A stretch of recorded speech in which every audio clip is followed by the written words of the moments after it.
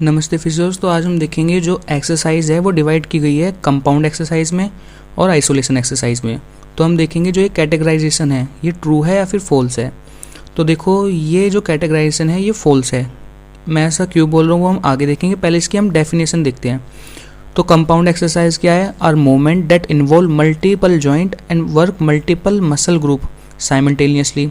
मतलब मल्टीपल एक से ज़्यादा जॉइंट इन्वॉल्व होंगे और एक से ज़्यादा मसल ग्रुप इन्वॉल्व होगा। जैसे हमारा स्क्वाट्स हुआ, डेडलिफ्ट हुआ, बेंच प्रेस हुआ, ठीक है, स्क्वाट्स हुआ, डेडलिफ्ट हुआ, बेंच प्रेस हुआ, पुलअप्स हुआ, ये आती है हमारी कंपाउंड एक्सरसाइज में।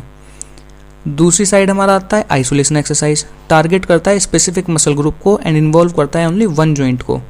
जैसे हमारा लैटरल शोल्डर रेज और हमारा बाइसेप्स कर्ल, ठीक है, ये हमारा होता है आइसोलेशन एक्सरसाइज। तो अब मैं इसको फॉल्स क्यों बता रहा हूँ, देखो अभी हम इस पर बायोमैकेनिक्स अप्लाई करके देखते हैं।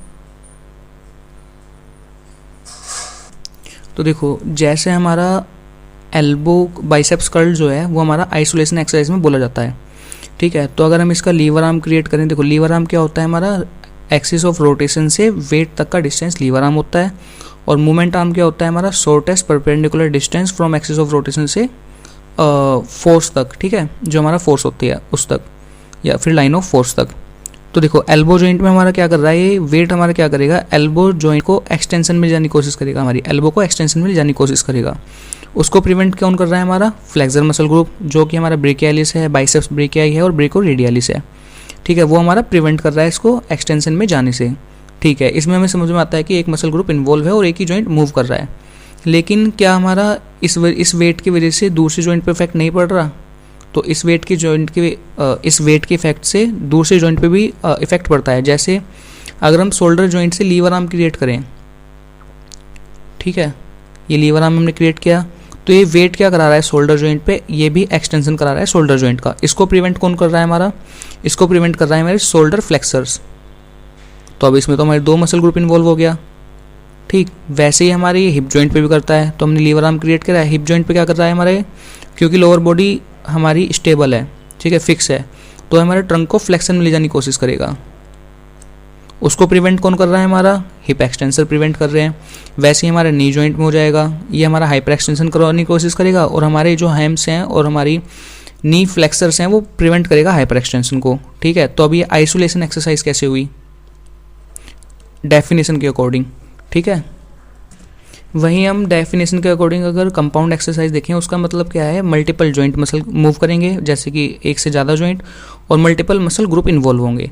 तो उस डेफिनेशन के हिसाब से ये वाले डायग्राम हमारे बिल्कुल सूट बैठते हैं, ठीक। वो देखते हैं कैसे। तो हमने ओवरहेड डंबल रेज किया, तो लाइन ऑफ फोर्स क्या है हमारी, ये है डंबल की लाइन ऑफ फोर्स, ये है। इसमें हमारे दोनों साइड मूवमेंट आर्म क्रिएट हो रहा है, एल्बो पे भी मूवमेंट आर्म क्रिएट हो रहा है और शोल्डर पे भी। इसका मतलब हमारे एल्बो पे भी हमारा फोर्स लग रहा है और शोल्डर जॉइंट पे भी, ठीक। तो हमारा इस पोजीशन में भी एल्बो जॉइंट पे लग रहा है और शोल्डर जॉइंट पे लग रहा है, ठीक है। तो ये हमारा क्या कर रहा है, इसमें हमारे एल्बो मसल्स पे भी लोड पड़ रहा है और शोल्डर मसल्स पे भी लोड पड़ रहा है। तो हमारा इसको बोलते हैं कंपाउंड एक्सरसाइज, जैसे डेफिनेशन के अकॉर्डिंग। लेकिन अगर मैं इसमें, क्योंकि हमारा एल्बो जो है वो फ्लेक्स है 90 डिग्री से ज़्यादा है, लेकिन अगर मैं 90 डिग्री एल्बो फ्लेक्स करता हूँ तो लाइन ऑफ फोर्स जो होगी मेरी एल्बो जॉइंट से बिल्कुल होते हुए जाएगी, बिल्कुल क्लोज से। तो अब इस पर तो हमारा मूवमेंट आर्म कोई क्रिएट हो नहीं रहा एल्बो जॉइंट पे, इसका मतलब हमारी कोई फोर्स लग नहीं रही एल्बो जॉइंट पे और एल्बो मसल्स पे। एल्बो मसल्स पे हमारी फोर्स नहीं लग रही, लेकिन मूव कर रहा है हमारा एल्बो जॉइंट। तो दो जॉइंट तो मूव कर रहे हैं हमारे, लेकिन दो मसल ग्रुप वर्क नहीं कर रहे, ठीक। दो जॉइंट हमारे मूव कर रहे हैं लेकिन दो मसल ग्रुप पे कोई हमारा लोड नहीं पड़ रहा, सिर्फ एक मसल ग्रुप पे पड़ रहा है, वो है हमारा शोल्डर जॉइंट। तो ये कंपाउंड एक्सरसाइज की जो डेफिनेशन है वो भी फॉल्स होती है फिर तो, ठीक। अब कुछ रिसर्च हैं जो मैं देखता हूँ। देखो ये कंक्लूजन क्या आता है, जो रिजल्ट है प्रेजेंट स्टडी का वो सजेस्ट करता है जो मल्टी जॉइंट मतलब कंपाउंड एक्सरसाइज है और सिंगल जॉइंट मतलब आइसोलेशन एक्सरसाइज है, वो इक्वली इफेक्टिव है for promoting increasing in the upper body muscle strength and size in untrained man, ठीक है। Therefore the selection between single joint exercise मतलब आइसोलेशन, मल्टी जॉइंट एक्सरसाइज मतलब compound exercise should be based on the individual practical aspect such as equipment availability, movement specificity, individual preference and time commitment.